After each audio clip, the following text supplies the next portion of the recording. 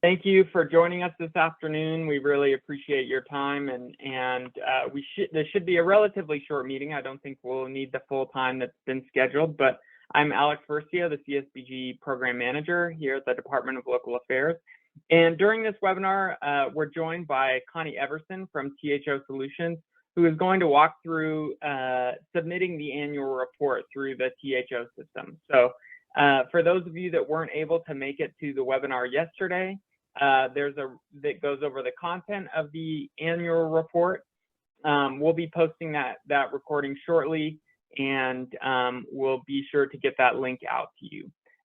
This webinar will just take place once, but it will be recorded so that you're able to access it later or share it with your colleagues that may have not been able to make it right now.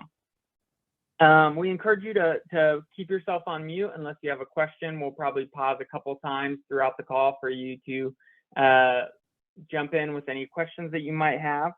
And I think with that, just wanted to add that if you run into issues with the system, we encourage you to reach out to us.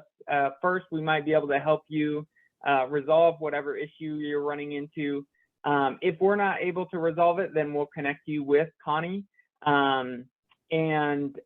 Just in your communication with Connie, if you could continue to CC us so that we can kind of keep track on the issue and make sure that you get help, and then also we can hopefully kind of keep track of what the common questions that people have are, and what the solutions are for if anybody runs into any issues. Just wanted to remind you that the annual report is due February 28th. And so there was a little bit of confusion about the deadline, because last year the last business day of the year was February 26th. So, but this year the last business day of the month is the 28th, and so the annual report will be due at that time. With that, I'll pass it over to Josiah real quick to add anything else that he has to include in case I missed anything. I don't have anything, Alex, but again, good afternoon, everyone. Great. Okay. And I guess with that, I'll actually pass it over to Connie to start with the presentation. Okay. So I don't know, some of you have probably been through this before. I've done this for a couple of years now. So not much has changed. And except, I guess there's one thing that has changed. You have two reports now. You have the annual report and then the CARES report. They were going to be going over the annual report in this session because the CARES report obviously is not as detailed as the annual report. So we'll start here, and I'm going to switch it up a little bit and go in a little bit different order. Instead of starting with Module 2, I am going to start with Module 4. Because that is where I have comments returned from some different statuses out here for Module 2, and I did not do that for Module 4.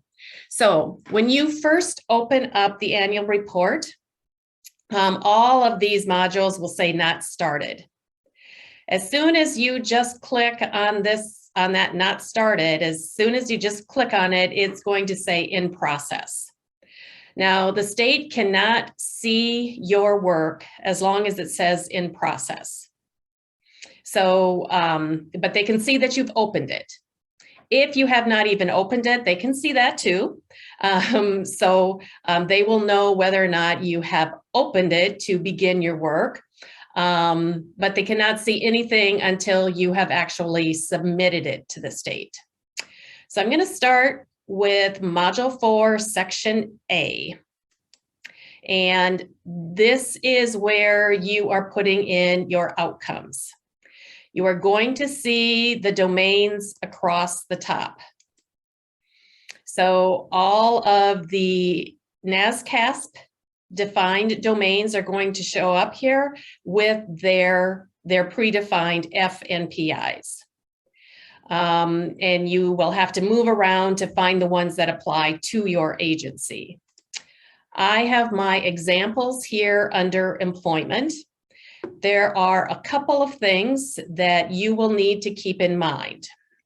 So first of all, if you are using any of these employment FMPIs, if you have any data in any of them, you do have to define what your agency's definition of a living wage.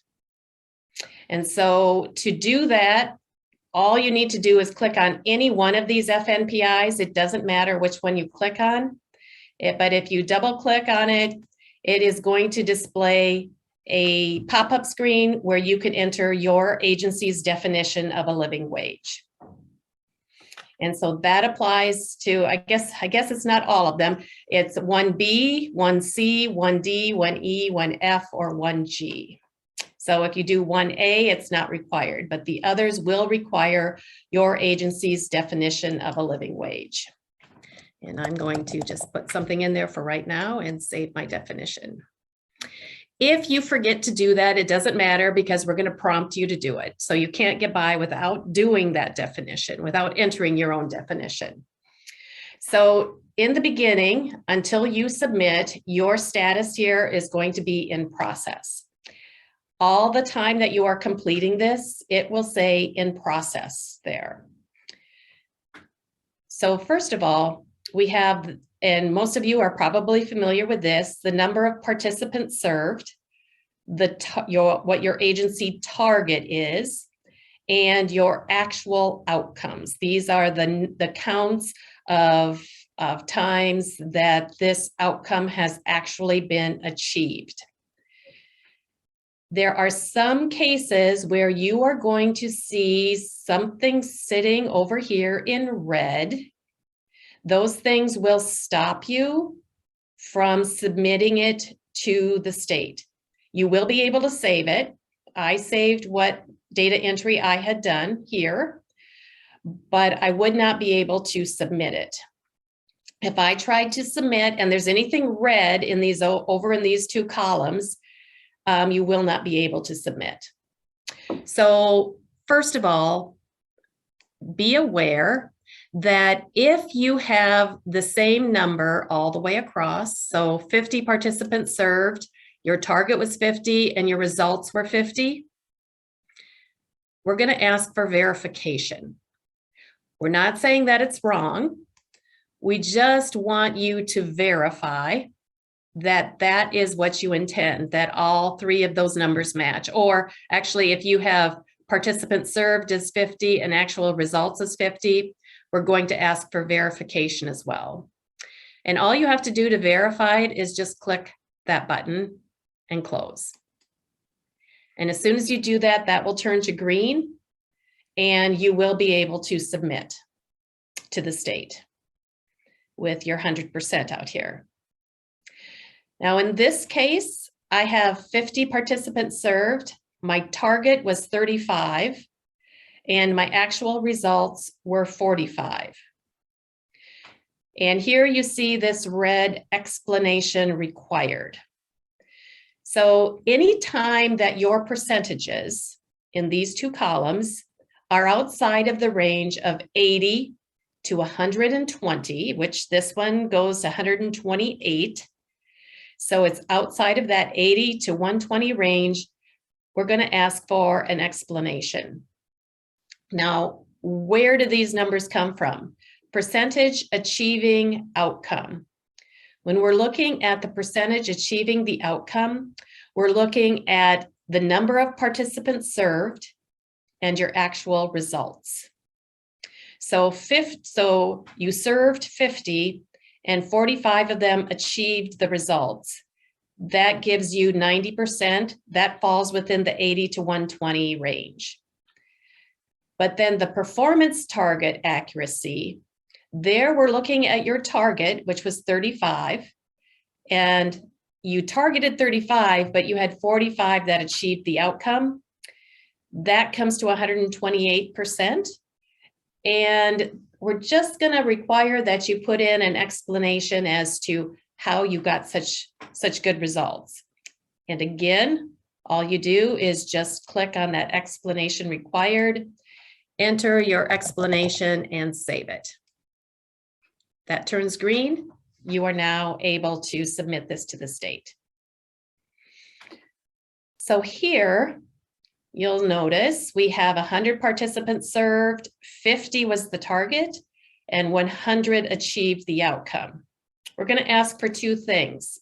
One, an explanation as to why this is outside of that 80 to 120 range.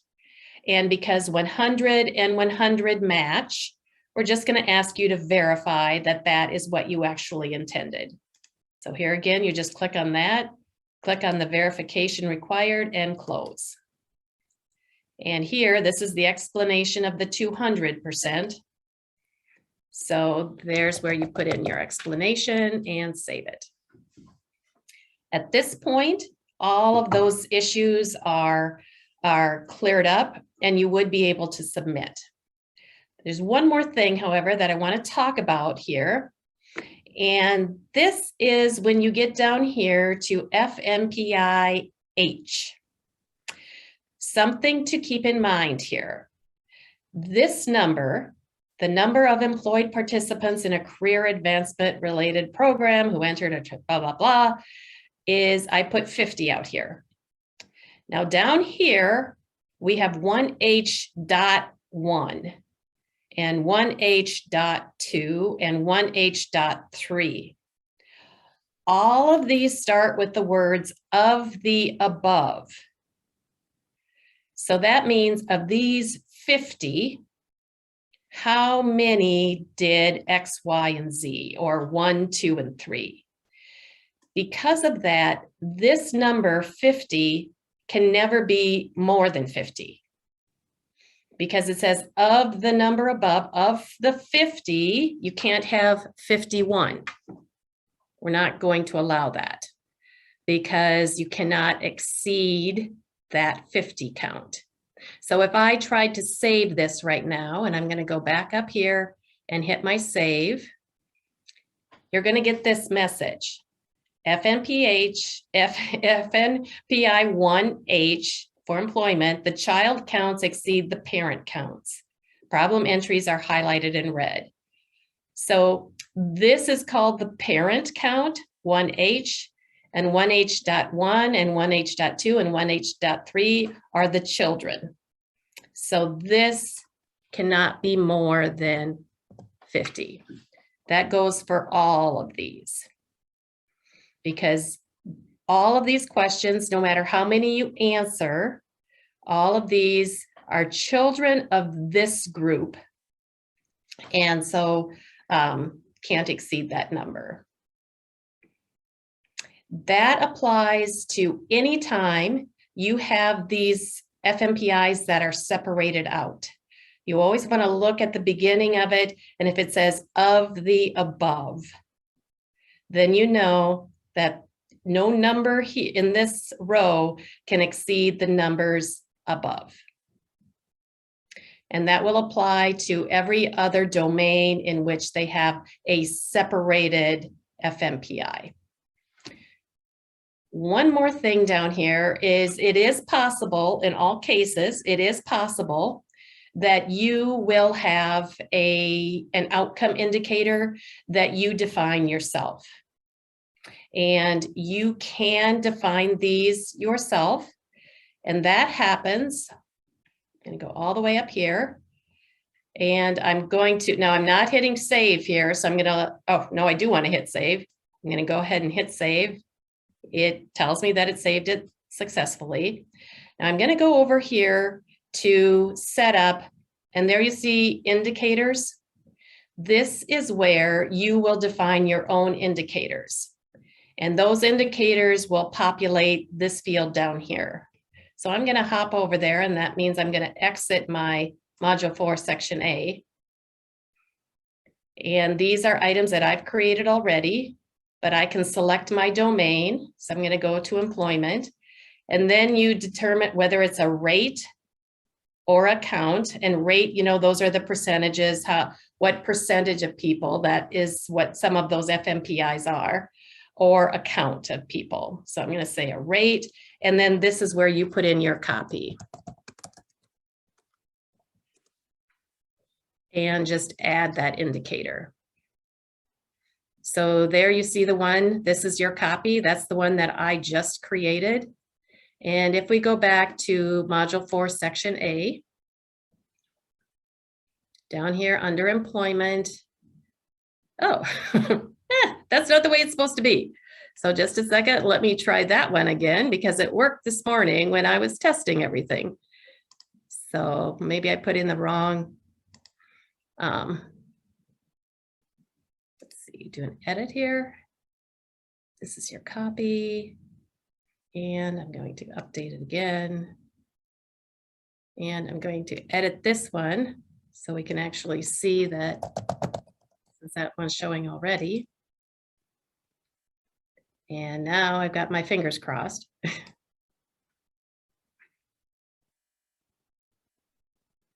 Well, we have my new copy, but we don't have my indicator showing up. And I do not know why that is, because I created this one this morning too. So I will have to find out why that's not showing up here. Just a minute. But you will be able to do that. If this happens to you, let Alex know and we'll get it figured out, but hopefully we'll get this figured out before it comes to that. So here, down here in this lower portion, you're going to see the notes that you have created to all of these items up here. So every time you create an explanation or anything, that is going to show up here as well. And those are the FMPIs. If I am ready to submit this, all I do is change my status from in process to submit to state and save. Now, every time you try to submit something to the state, you're going to get this message.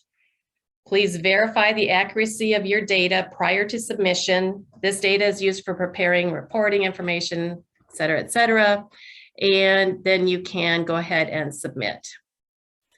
And the state will get an email saying that you have submitted this module for their review. At this point, when it says submit to state, they are able to view your data. So, and they are also able to return it to you if they have questions. So let's just stop a minute. Does anybody have any questions about this data entry or anything that they've run into that has created any problems for them? Looks like there's a chat comment from Amber saying last year I had an issue submitting results for indicators where we did not have a set target. This happens when there's an unexpected result we didn't plan for, but we understand we should still report this. Is this something that has been fixed in the system for this year? Okay, because your target was equal to 0. Amber, do you want to come off mute? Yep. She said yes. Oh, okay. I believe that has, I remember that coming in. I will double check and make sure it has. I think you have to do something special to say that, yes, I do mean for that target to be 0, but I don't remember what that was. So, but I'll double check and make sure we get that taken care of, or make sure I get that to you if there is something extra that you have to do. I think, because I think there's an extra step. We didn't want to just allow random zeros to be out there. Thanks, Connie. Anything else? Okay, then we're going to go ahead and go to Module 4, Section B. And I just had a question from another state asking for what they entered last year. And for this module, and if you want your results for last year, when you log in, it defaults to going to fiscal year 2021 because that's the one that you're entering data for now. But you can change that to fiscal year 2020, and you can go back and you can print to PDF or export to Excel your numbers from last year. But this is just a data entry screen for the number of individuals that you are serving in each of these predefined categories. And it just goes all the way down here. So, and I don't know, in your state, I do not know how you have defined this. It is my understanding that these counts are supposed to be individuals for everything except housing, where they want the number in the household. But I'm going to step back and say, you want to take your direction from what you get at your state, from your state office with that. Yeah, thanks, Connie, and Josiah can jump in here as well. But our understanding is that all of the counts should be individual. In previous years, there have been some household counts, but our understanding of the guidance from OCS is that everything should be individuals. But Josiah can jump into further clarity. That's absolutely correct, Connie and Alex. And just a reminder that when we do look at the housing and some other services, we would count the entire household as being benefited from the service. So we'd expect the entire household to be reported as unduplicated individuals. Okay, so it is only going to be down here under housing services that you will count the individuals in the household as opposed to an individual here for loans and grants. Yeah, we leave that up to the discretion of the local folks, Connie. Basically, if they view the service as benefiting the entire household, then we would ask them to report all the individuals in that. Or if the service really does just benefit one or a unique set of individuals in the household, then they would report those folks. Okay. Okay. So this is just a data entry screen. It will be you can submit it. We do require something to be entered here. So if you have nothing to report, we're still going to ask you to put a 0 in there so that there is some data, because when we create the XML that goes to the National Reporting Database, we have to have something in there. So if you just submit this with nothing in the data entry fields, that can potentially cause a problem with the XML. 1 or 2 zeros is. Oh, go ahead. Yeah, sorry about that, Connie. I just wanted to clarify that for to make sure that I understood as well. They wouldn't need to enter a 0 into every single field. It's just if for some reason you were reporting 0 under all of section B, module 4, section B, you just want to make sure that you enter a couple of zeros. I think that was more applicable to the CARES report. I don't think that's very often that we run into that with the regular annual report, but is that accurate? That is correct. That is what I meant to say. Yes, thank you. So yes, it was in creating the XMLs for the CARES report that we ran into a situation where some agencies had no services to report, and that did cause a problem with the XML. But once you've got some data out there, submit to state and save it. You're going to get this warning message again, and just go ahead and submit to state. And again, they will get the email that you have submitted it, and they'll be ready to take a look at it. Now I'm going to go back here to, you see this up here, this overview. When you click on overview, that brings you back to this window. And every time you submit something, we are going to flag that with yellow. That means this is been submitted to the state. You can still make changes to it at this point, but the state can also see now everything that you've done. And we're going to stamp it with the date and time that you actually submitted it to the state. So we've got 2 items that have been submitted. And now we're going to go down to Module 4, Section C. And this is your characteristics report. And here's where we're going to run into a lot of rules. So we are going to require you have your total unduplicated number of individuals and your total unduplicated number of households. And I've got easy numbers here, 150. Most I'm not going to say 100%, but most of these items are going to be required to meet a count of 100 or depending on ages, a subset of 100. So when we're talking, this tab right here is all about individual characteristics. And then this tab here is your household characteristics. So individual characteristics are going to be a count of 100 in this particular case, in my sample. And these household level characteristics are going to want to come back. You're going to want to come back to, in most cases, a count of 50. So as you're doing your data entry, we're going to be totaling the items here. Now you'll notice here, I have 100 unduplicated individuals, but for the gender count, I have 99. So it will let me save it this way, but it will not let me submit it this way.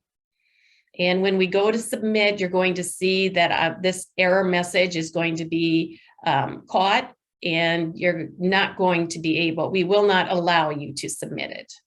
So this number, in order for you to submit, this number must equal 100. Same thing with age groupings. And here my age groupings do equal 100. So that would be clear. And then we have education. Now in this case, we have two education counts, 14 to 24, and then 25 plus. So the 14 to 24, I have to come back up here to my age groups, and that's C and D. So my education counts for 14 to 24, if I have, in this case, 20 individuals, my education counts in this group must come to 20.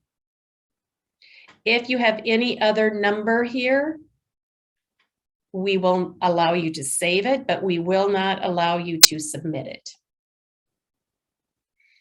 And then we've got the 25 plus. So I'm going to go back up here to the age groupings. And if it's 25 plus, it's E through J. We're not counting the unknown because we don't know how old they are. So we're counting E through J. So in this case, I've got 10, 20, 30, 40, 55. So in this case, my 25 plus will have to come to 55, and I only have 50 here. So again, that error is going to pop up when I try to save it. Just one thing I wanted, sorry, Connie, maybe you already went over this, but if you don't have the demographic info or the education information for some of those populations, like, if you only were able, based on the type of program that you were running, you only collected education from some of the, 14 to 24 age range, then you would just bring it up to the correct total level by entering an amount into the unknown or not reported section. Is that right, Connie? Yes, that is correct. Thank you. Okay.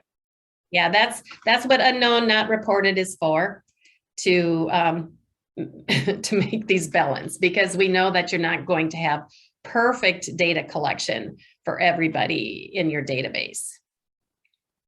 So yes, and that anytime you need to add one or potentially subtract one, not to say you can't have a negative in unknown not reported, but you can do your adjustments through that unknown not reported option.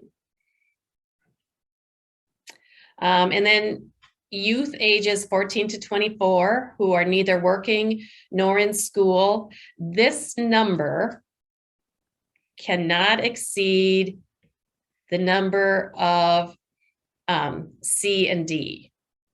So you can't have, 20 people ages 14 to 24 and 25 people who are disconnected youth. So we're always going to check to make sure that whatever number you have here does not exceed the number of individuals in your age counts between the ages of 14 and 24. Now we get down to health insurance. So here we have the count of people that say yes, they have health insurance, and the people who say no, they do not, and then your unknown count. Now I have this count, this total coming up to 100. And, oh wait, this is for disability, excuse me. Okay, so that is health, I read it wrong. That is for your disability, so that should come to your count of 100. This is the health insurance. This is the one that I thought I was talking about. So here we have 70 that say yes. And then we have these the breakout of the different types of health insurance. Now, this is where you can have more than one type of health insurance. An individual may have 2 types of health insurance. So your total here cannot be more than your total number, cannot be more than double the number of yeses. So you can't have more than 140. When you break it out for 1 through 7, you cannot have that totaling more than 140. And in this case, my total is coming to 141. So that is going to trigger an error message. So that is where this is not only 70 because you have 70 yeses. It can be between 70 and 140. Ethnicity, here again, equal to 100 with your unknown option. And then race, again, should be equal to your number of individuals with your unknown not reported option. Military status. Here, we are only counting those individuals 18 and older. So this count of 100 is going to trigger a warning message because that is going to be more than, we aren't counting A, B, and C here. We're only counting D through J. So in this case, the military status should be those 18 and older. Employment status. Now here, I have heard 2 different things from NASCASP on this. One is that people may have more than one type of employment status, and that we needed to allow more than the number of individuals. For employment status, we are only counting 18 and older, but you could have someone who is, say, retired and working part-time. So that was the type of thing that we were trying to get at here. So here, just like with the health insurance, this count would be the number of individuals between the ages of 18 to however old times 2 is your possible answers. We're not going to flag it unless you exceed that number. So those are the individual items. Connie? Yes. Mhm. Josiah here, just a quick question on that point right there. We have some youth employment programs throughout the state, and obviously, they'll be reporting probably work status for those youth. Is that going to create an issue in that area that you could think of? It could. Okay. Something to keep an eye on our end. If we end up hearing that error, we should probably reach out to you, I assume. Yeah, and I don't know how, I've never asked NASCASP how they would want that handled. That would be, yeah, I want to ask about that. Thanks. I was only thinking of old people. I wasn't thinking of young people. We have a couple of youth employment programs specifically that come to mind for sure. Yeah, no, that makes sense. Thanks. So I will. Yeah, Connie, we can send an email to NASCASP as well and see what their response is so that we can get that information out to the network as soon as possible. That would be great. If you'd let me know, then I won't follow up with them. I'll just wait to hear from you. Definitely, definitely. Okay.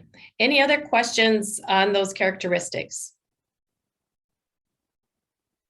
Okay. Then I'm going to go over to the household tab. And here the total unduplicated count of households is 50. So when we're looking at the household type, we're going to be looking for 50. And there's another thing that we're going to be matching here. Single person as a household type and single person as a household size. Now those two counts should match. So we are going to be watching for that. And this is pretty self-explanatory in terms of how I guess it depends on how you have been trained to deal with like the non-related adults with children versus the two-parent household versus a multi-generational household, et cetera. But and household size, relatively self-explanatory as well. We're going to be expecting the total number of unduplicated households there in that field as well. And then we've got the housing types and own, rent, other permanent housing. Again, your unduplicated count of households with the unknown not reported filling in the gaps. And percent of income or percent of poverty households. Again, we're going to be expecting that 50 or that unduplicated household count. Here, sources of household income. Here again, we're expecting that count here. Where the confusion comes in sometimes is when we go into item number 14 and 15. Now, these two items are where they are breaking out the different types of income. For example, other income. You've got all of your A through N with these different types of other income. What they do not want, what they do not want to happen is that the number of any of these income sources cannot exceed what you have entered up here that are counting other income. So we have B, which is employment and other income, C, employment, other income, and non-cash benefits, E, other income only, and F, other income and non-cash benefits. If we add up those four numbers, and here I've got 10, and then I've got another 20, so now I've got 30, and then I have 33 and 5 more, that's 39. So the total of my households that have that have other income with any other income source is 38. That means that if I say I have 39 households with TANF, that can't be true. So the number, you can have as many numbers here, we're not counting that. We're just saying that none of these individual numbers can exceed the number of households with other income.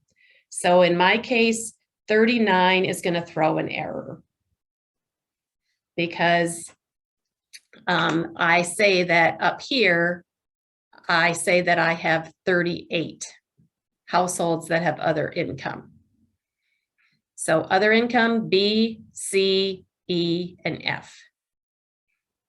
Same thing happens down here when we're talking about non-cash benefits. So again, the individual numbers here, you could have somebody, I suppose, who has every type of income here. But the total count for any one line cannot exceed any of these, the total of these lines that count non-cash benefits. So we have C that counts non-cash. We have D that counts non-cash. We have F that counts non-cash, and we have H. So if we total C, which is 20, and D, which is 2, and F, which is 5, and now we're up to 27, and now we have 2 more, so we have 29 households. When we count these together, we total all of the non-cash benefit households together, we've got 29. So that means that if I have 30 in any one of these fields for non-cash benefits, it's going to throw an error because it's saying, no, you only have 29 households with non-cash benefits. So that number has to be 29 or less. We don't care about the total down here. Even though we're showing you a total down here, it is an irrelevant number because we're looking at the counts here for the individual lines. So those are the data entry fields for the households. And again, I can save this with errors in it, and it's going to save it successfully. But if I go to submit it, so I change my status to submit to state, and I hit save. There we get that warning. I'm going to go ahead and submit it. And there I have my errors listed. Now, as long as you have one error showing up here, it will not allow you to submit this to the state. And right here, we were just talking about that other income. So my 14A count, which is my other income of my count of 39, may not exceed the sum of B, C, E, and F, which is a count of 38. We've got my military count, which remember I had all of my individuals counted. So I had 100 unduplicated individual counted in my total. And this says your military status count may not be more than 18 and over counts, which are 65. My health insurance was excluding the unknown and not reported, 141, may not be more than double the health insurance yes counts of 70.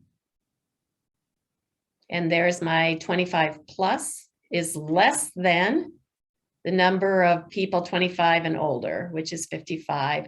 And there's my gender count of 99. So I'm going to close this. And I'm going to change my gender count, my unknown, to 2. And I'm going to change my education level. So there are 5. I need this to be 55. I'm going to change that to 8. And my health insurance, I am going to, well, there I'm going to have to find out where I made my error. I'm going to change that one to 4. And down here in my military status, I'm counting everyone. So I'm going to reduce that by 35. And that brings me down to 65. So that takes care of my individual counts. If I go to submit again, that warning, I still have an error, but this error is in my household counts. That's my 14A of my 39. So I'm going to go over here to my household tab. And here is where that problem is. Here are my sources of other income. Remember, that was 38, and I said I had 39 households here, so I'm going to change that to 38. And then my errors are taken care of. There's one more thing I want to mention, though. You have your individuals and households not included in these counts. So if you have programs for which you have not collected characteristics and you do not have those individuals included in your counts here, this is where you're going to put that information. And Alex, I don't know if you have examples of situations where that would apply for your agencies. That would be for emergency type services where you're really providing those services, potentially a food bank or something like that, where especially at the beginning of the pandemic, where it wasn't feasible to really collect household information during those food distributions. But Josiah can jump in as well if he has any other situations. That's exactly the example we generally see. Thanks, Alex. Okay, so in that case, I am going to go ahead and change this to submit to state and hit my save, my warning. And it's thinking, and now all my errors cleared and it has been successfully submitted. So I go back to overview, and now these items have all been submitted to the state with the date and time stamp. Any questions on Module 4, Section C?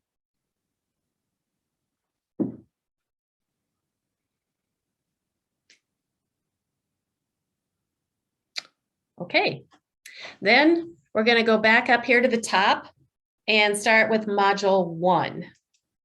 Now, this is information requested by the state office. And Alex, I'm going to let you explain this one, if you don't mind. Yeah, no problem. This is where we ask for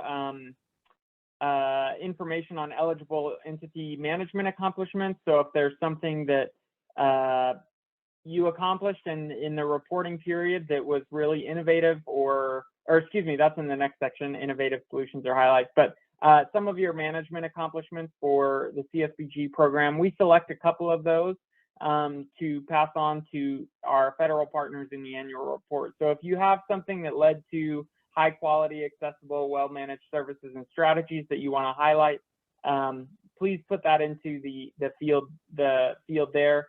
There is a 2,500 character max, so be cognizant of that. We may need to have you trim that down if it's over that amount.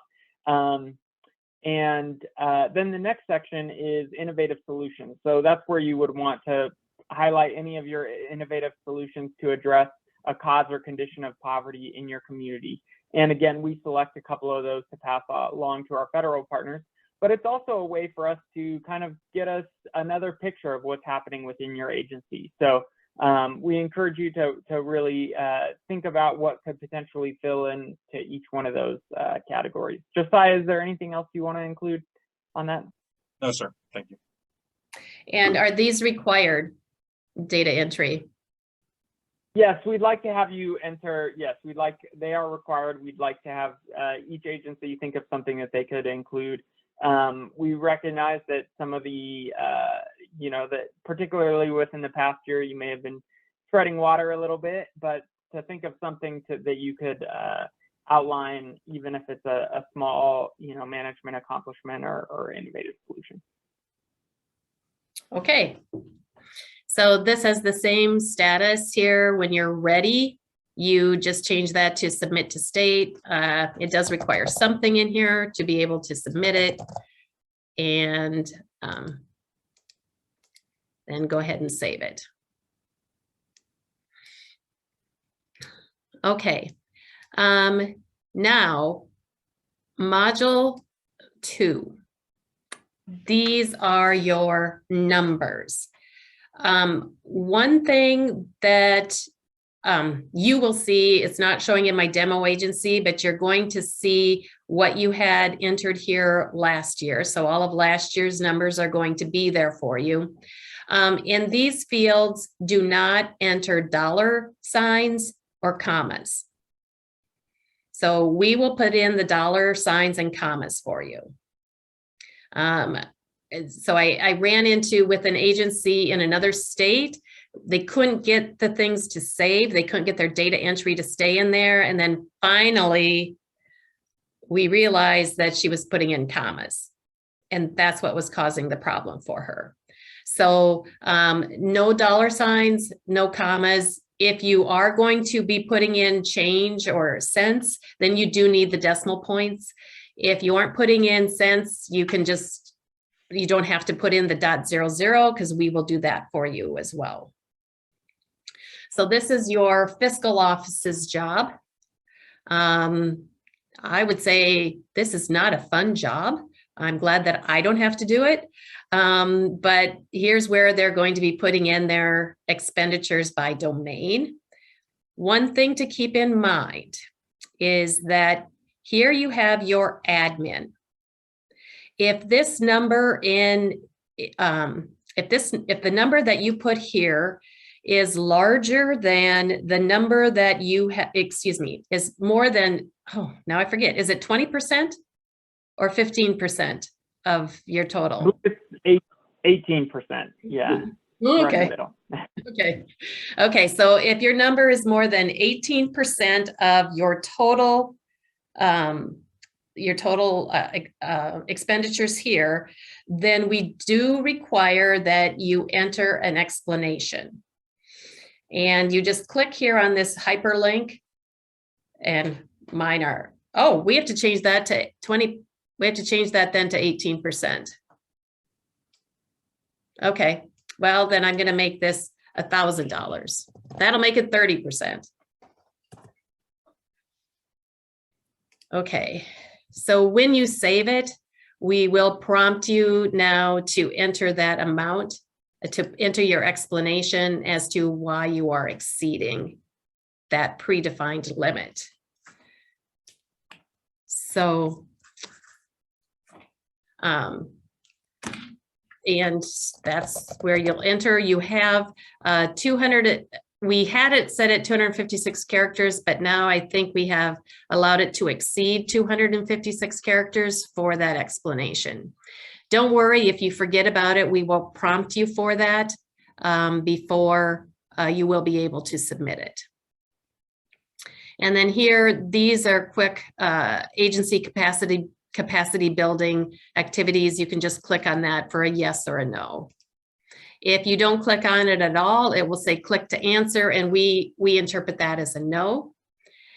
If you have something in other, then we are going to require you to enter an explanation for other if you have that set to yes. Once you have done the data entry here, you just, and I've already submitted this one to the state, so you can, but again, you can still make changes after you have submitted it to the state. If the state has sent it back to you, you will be able to make changes. If the state has approved it, you will not be able to make changes. If you, if you want to make a change or need to make a change after the state has approved something, you will have to ask the state to return it to you so you can make the change, and then you resubmit it to the state and they will have to reapprove it. So that is Module 2, Section A. Any questions on that one?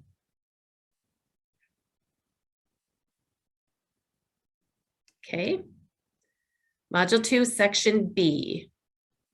Again, this is just a lot of numbers. And no commas, no dollar signs, a decimal point only if you need it. But there is one thing here that I want to make a point of, because we're going to be looking here. Here we have B.4G, B.4G.1, .2, .3, .4.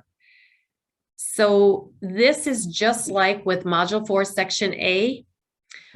This is the for B.4G is the number of staff with home energy professional certifications. If I say I have 10, and then they want to break out of how many of each of these different types of energy professional certifications do you have? I can't say that I have 11 energy auditors when I've said that I have 10 staff with professional certifications. So in this case, if you say you have 11 or anything above, any number higher than this number in .1, .2, .3, or .4, it's going to throw an error. So these numbers must be equal to or less than your B.4G number. Other than that, the number of organizations that you have. Number one, two things to keep in mind for state government, you should always have at least one, because that's going to be your state office. And then statewide associations or collaborations, that's going to be your state community action organization. So in most cases, you're going to have at least a one there as well. We do have an option for you to enter the types of organizations that you have and who those organizations are. This does allow you to put in information, and some of this would again apply to your organizational standards for these are the organizations within that your agency works with. So I'm going to say, just call this Church on the Corner.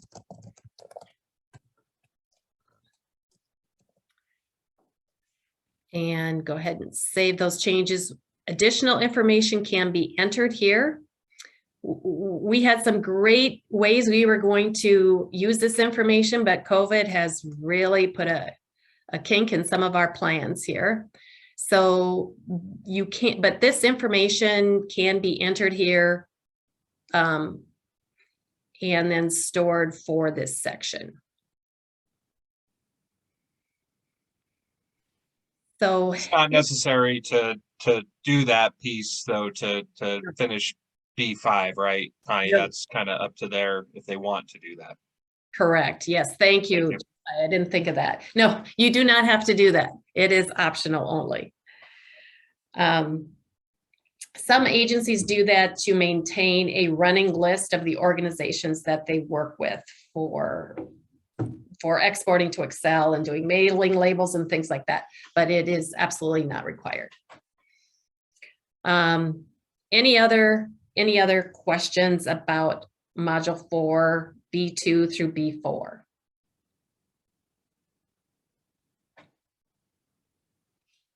Okay, so I'm going to go back to the overview here, and you'll see this right here. So I submitted Module 2, Section C earlier this morning to the state and in my demo agency, and then I sent it back to the agency. And when the state has sent something back to you, you should get an email saying it's been returned to you. But this will tell you where they have a question. So if you see pink, that means, hey, I got to look at something. All you need to do here is just click on this red hyperlink, and that's going to take you exactly to where the message from the state is. And that is going to have a date and time stamp on it, so you know when they sent that to you. This is what they want you to look at, and this is where you would enter your response. And there isn't, I mean, it's up to you how much detail you want to go into or how much detail the state is expecting from you. But two things. Number one, you must hit Save Comments. And when you hit Save Comments, you'll notice this is still red. that means there's still a problem because there's one more step you have to do. And that is this status step right here.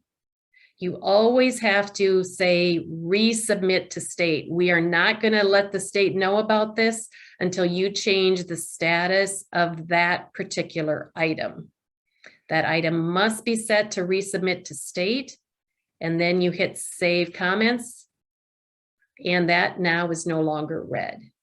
So that tells me that's been taken care of. Now you don't have to do it in that order. So there's another one down here that's red. So I can just click on this and I can say resubmit to the state. I can put my comments in,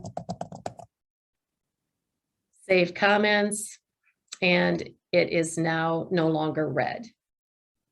So for sorry, Connie, just to clarify, in previous years, we've done all of our feedback by email, which is really helpful for us to do follow-up and make sure that we're all on the same page, you know, between the state office and state association team. So I think we'll continue to provide feedback in that way for this year's annual report. So we won't necessarily be using that function.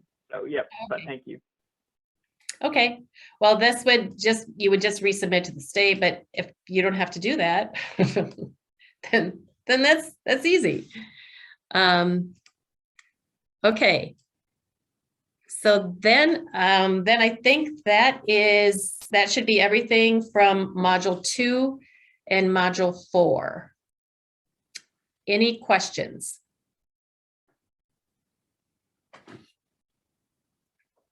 Did you want me to go through module 3? Yeah, sure. We do have a couple of entities that will be filling out module 3 with some community level initiatives. So, yeah. Okay. So when I asked them to get this ready so I could do the training, I said, just remove all the data. And they also removed my great initiative that I had out there as an example. So I have to start over again. Two things. One, if you have an initiative from last year that you want to continue working with, let us know and we will roll that forward for you. And number 2 is when you have completed the initiative, or when you're ready to send it to us, you will see this status down here and you will see your outcomes listed with whether or not you have achieved the outcomes. That is eye candy. So I don't want people to be concerned that there is an issue if they have not achieved their outcomes or anything like that. That has come up in a couple of different states. So you'll see what I'm talking about here in a little bit when we're talking about the final outcomes. So this is the sample initiative. We are following the form from NASCAS pretty much, except we've added a couple of things. One is the start date of your initiative. That was not in the original form, I don't believe. So this can start anytime in your fiscal year. And of course, that all goes back to whatever the state wants that to, how the state wants to handle that. And then you have your problem statement and your goal or your agenda. Now, the problem statement is something that, again, it depends on what your state wants. As I understand it, would frequently be something that comes from your community action plan or some goal that you are working on in the community. And in some cases, some states require, documentation as to why it is a problem and how, and statistics and things like that to support this being a problem in the community. Then your goal or agenda, how you expect to address this issue. Now, both of these fields will allow you to enter up to 1 billion characters. So you can be you can write a book here if you want to, but I'm guessing most of you aren't going to write a book. I'm going to put some date out here so I can save it. Domain. So here we are going to be listing the domains.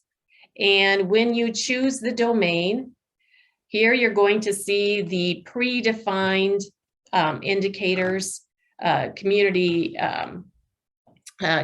CMPIs for this particular domain.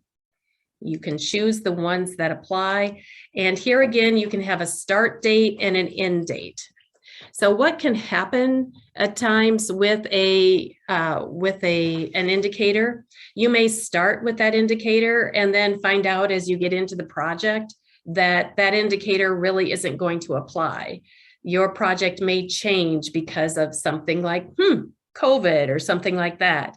So we do allow you to, there's a status here that allows you to drop an indicator without results, drop it with results, or make it inactive if for some reason your project has morphed into something for which that particular indicator no longer applies. So I'm going to give that an active status and add it. And you can attach as many indicators here as are appropriate for your project. And these start dates can vary. And just add, and they go into the list. Then there is the issue of what community are you serving? And how long you expect the project to last. Now this you can ignore, this will not apply to you, the activity dates. And then your partnerships. Now, this is where you define the type of partner you're working with, whether it's just your agency or whether you're the organizer, but you have multiple community partners working on the initiative, or whether you're one of multiple community partners working on the initiative.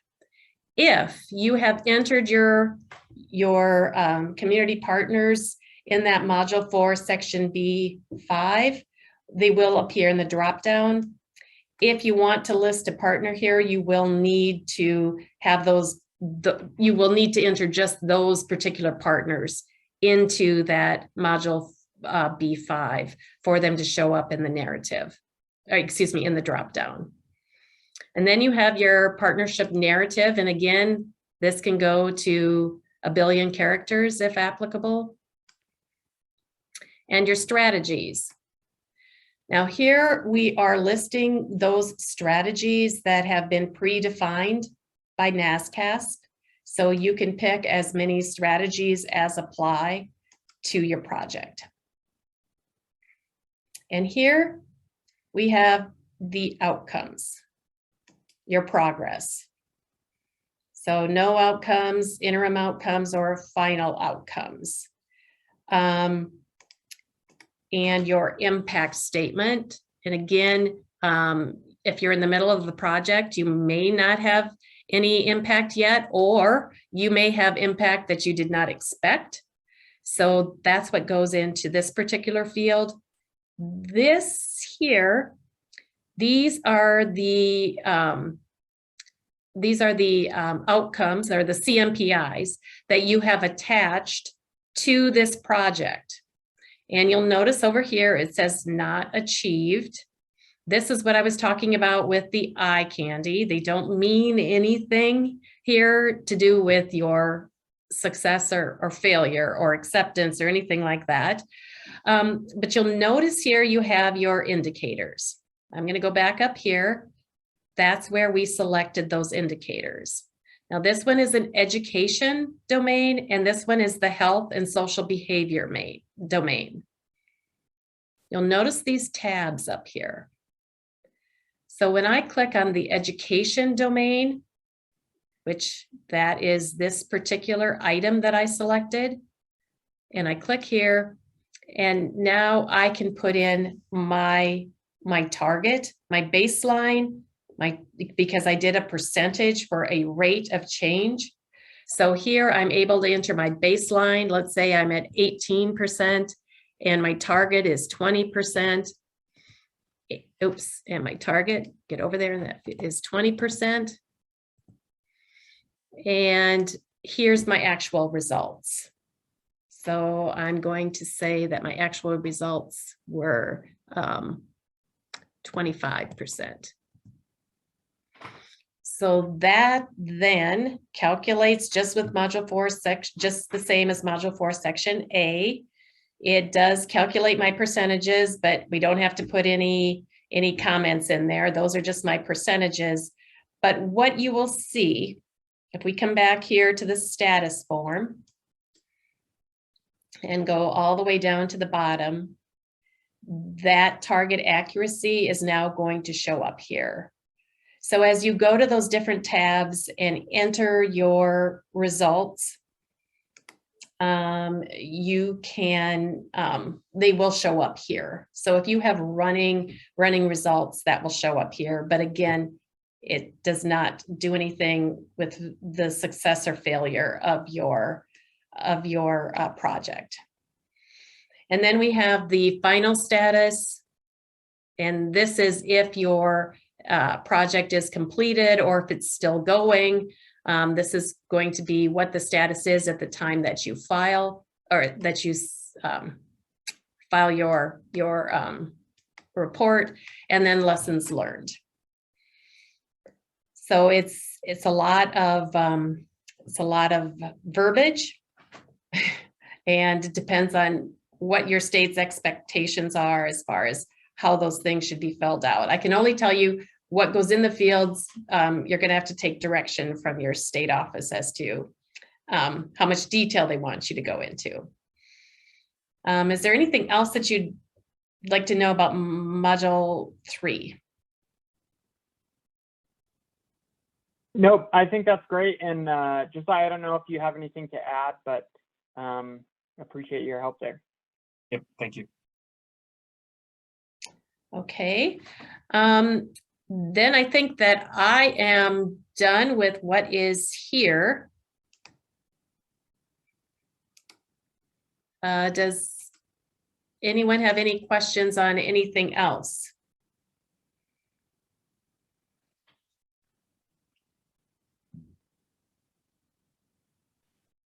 Connie, just to know, I was looking back at my notes from last year, and when we went and did those indicators, I think we ran into an issue that you ran into, and what the issue ended up being was that folks were selecting rates rather than counts.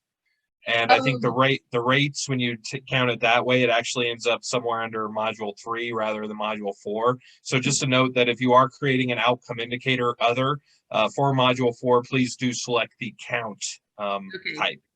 That makes, yeah, Josiah, you're right. Thank you very much. Yeah, definitely. Thanks. So it's here when you add this indicator. If you're doing this for module 4, you do want it to be a count. Absolutely. Because that's what module 4, it's all counts, count, count, count. So module 4 must be a count. Yes. We also had a question in the chat that came through of if there were module 3 initiatives that were ongoing from last year, will they show up in this year's report, or do we have to enter everything again? I think the actual answer is that you can pull that over. Is that correct, Connie? So, but we will need you to reach out to us to pass that information along to THO to say, yes, please pull this module 3 initiative over from the previous year. So I hope that answers your question, Amber. If you could follow up with us after the call, and we'll make sure to follow up with Connie to make sure that information is pulled over from the previous year's report. Yeah, we just need to know the name of the report, the name of the initiative and the agency, and then we can pull that over.